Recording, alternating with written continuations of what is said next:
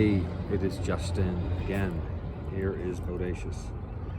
I am in Cincinnati's West End. And it's looking a little bit like a third world country. But I wanted to show you this building. This is 426 Finley. This is a building that come on buddy, that I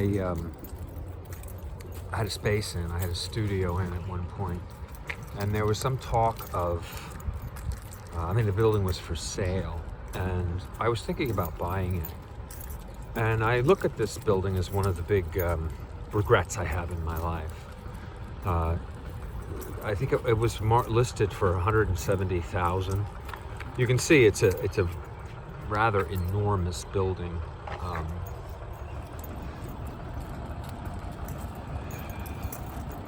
It's 100.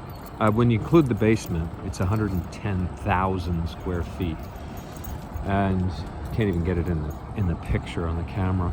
But it's one of these things where I thought, well, I was busy. Excuse me.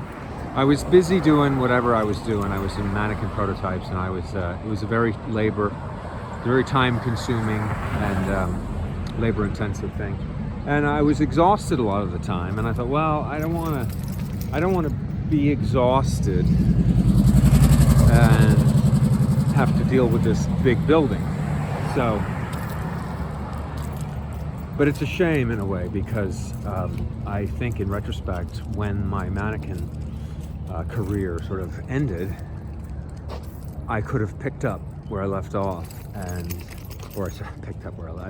I could have just started rehabbing this building, renting units out. It would have been tough for a while because I wouldn't have had enough units rented out to pay for other things. However, I think over time I would have gotten enough units rented, and I would have been able to live off the building. And I know it's harder than it sounds, because these buildings require a tremendous amount of input to get them to be rentable, and when they are rentable, they're not worth that much, so the rents are low. So it doesn't sound like, it might sound like, oh my God, that was a terrible idea, how could you have not purchased that building? And I'm gonna walk over here, and I think it would have been the right move to make, and I wish I had done it, and I didn't, and that's too bad. So there it is. However, when I think of things like this, I think, wow, what went wrong? Why didn't I,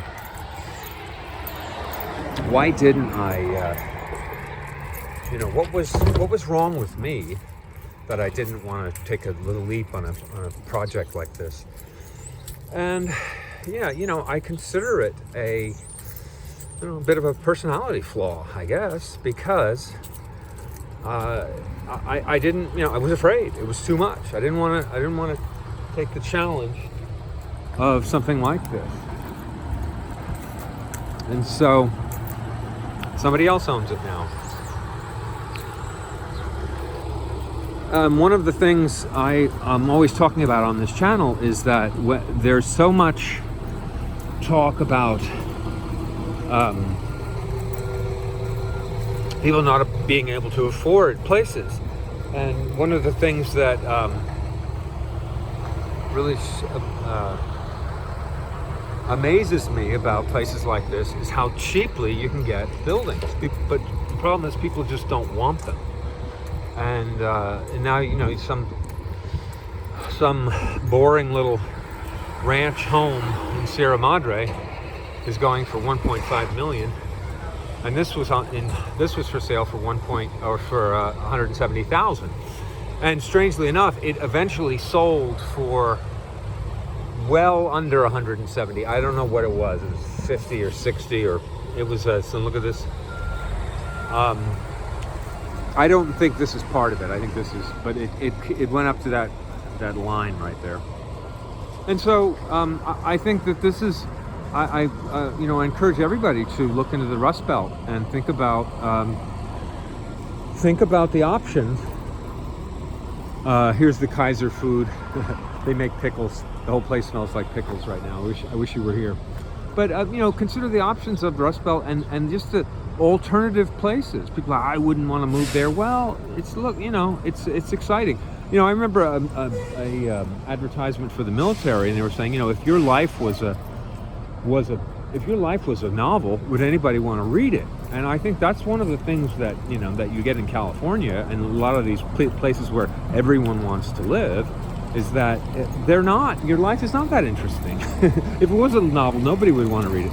If you rehab this building, you would have some struggles, but your life might end up being a novel that somebody wanted to read. Anyway, this has been Justin, Renegade Realtor. Thank you for tuning in, and we'll catch you next time.